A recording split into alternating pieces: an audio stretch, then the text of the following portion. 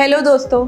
तो अब तक हम इंग्लिश सीख रहे थे, इंग्लिश के सेंटेंसेस सीख रहे थे, लेकिन अब जब हमने काफ़ी इंग्लिश सीख ली है, आज हम डिस्कस करेंगे कि इस इंग्लिश को हम बोले कैसे, इंग्लिश का जो एक्सेंट है हमारा वो कैसे इम्प्रूव करें। तो जब हम इंग्लिश बोलते हैं उसमें हमारा देसी टच आ जाता है, लोगों को इमीडिएटली पता चल जाता है कि कोई इंडियन बोल रहा है। तो जब हम एक प्रॉपर प्रोफेशनल इंग्लिश की तरह बात करना चाहते हैं तो हमें इन टिप्स और ट्रिक्स को फॉलो करना चाहिए।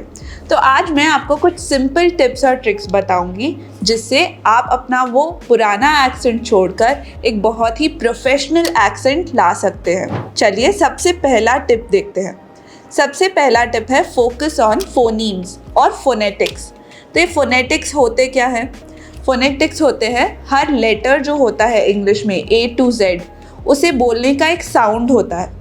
जैसे A को A, B को ब, इस तरीके से हर लेटर का एक साउंड होता है। अगर आप इन फोनेटिक्स को अच्छे से याद कर लें कि उन्हें कैसे प्रोनाउंस किया जाता है तो आपकी इंग्लिश एक्सेंट बहुत बेहतर बन सकती है। अगला टिप है एक्सरसाइज विद योर माउथ। अगर हम फिजिकल फिटनेस चाहते हैं तो हम जिम में जाकर एक्सरसाइज करते हैं, राइट?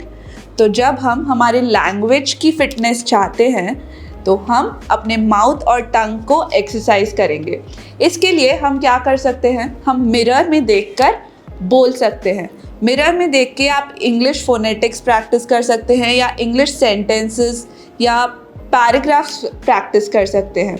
आप देखिए कि आपका मुंह कौन से डायरेक्शन में हिल रहा है, कैसे आप वो साउंड सही ला सकते हैं, कैसे अपना मुंह हिलाकर। तो इस तरीके से आपकी एक्सेंट डेफिनेटली बेहतर होगी। अगला टिप है listen to everything in English. तो जनरली हम जब कुछ सुनते रहते हैं तो वो हमें अच्छे से याद हो जाता है, स्पेशली जब हम गाने सुनते हैं या मूवीज़ देखते हैं।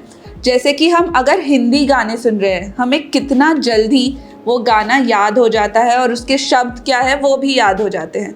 तो इसी तरह अगर हम English songs, English movies, English series देखें तो डेफिनेटली हमारी एक्सेंट पर बहुत फ़र्क पड़ेगा। तो इससे हम बहुत अच्छी एक्सेंट बना सकते हैं क्योंकि वहाँ प्रोफेशनल एक्सेंट यूज़ की जाती है। उस तरीके से इंग्लिश बोलने के लिए हमें वैसे सीरीज़ रोज़ देखने चाहिए या वैसी मूवीज़ रोज़ देखनी चाहिए। अगला टिप है फॉलो सम टंग ट्विस्टर्स। तो जब हम माउथ एक्सरसाइज करना चाहते हैं, माउथ के मसल्स और टंग के मसल्स को एक्सरसाइज करना चाहते हैं तो हम कुछ टंग ट्विस्टर्स का यूज़ कर सकते हैं। ये टंग ट्विस्टर्स इंग्लिश में यूज़ कर सकते हैं ताकि आप जो वर्ड्स उस टंग ट्विस्टर में यूज़ कर रहे हैं उनका भी सही प्रोनाउंसिएशन आप इस टंग ट्विस्टर के द्वारा सीख जाएं। तो टंग ट्विस्टर्स कैसे हो सकते हैं? मैं आपको एक एग्जांपल देती हूँ। She sells sea shells on the sea shore. She sells sea shells on the sea shore. तो यहाँ पर आप कई सारे शब्दों के सही प्रोनाउंसिएशन को, सही एक्सेंट को एक टंग ट्विस्टर के द्वारा सीख रहे हैं। अगला टिप है पिक योर एक्सेंट। तो इंग्लिश बोलने के कई सारे एक्सेंट्स होते हैं। British accent, American accent, Indo American, Australian. तो अलग अलग जगहों की अलग अलग एक्सेंट है। आप पिक कर सकते हैं कि आपको कैसी एक्सेंट पसंद है और अगर आप उस तरह की एक्सेंट फॉलो करना चाहते हैं तो उसके वीडियोस देखिए और उनसे सीखिए, तो आपको वो एक्सेंट फॉलो करना बहुत आसान हो जाएगा। सिंपल था ना? ये था हमारा वीडियो का पार्ट 1। ऐसे ही कुछ और सिंपल टिप्स और ट्रिक्स जानने के लिए हमारा अगला वीडियो ज़रूर देखिएगा।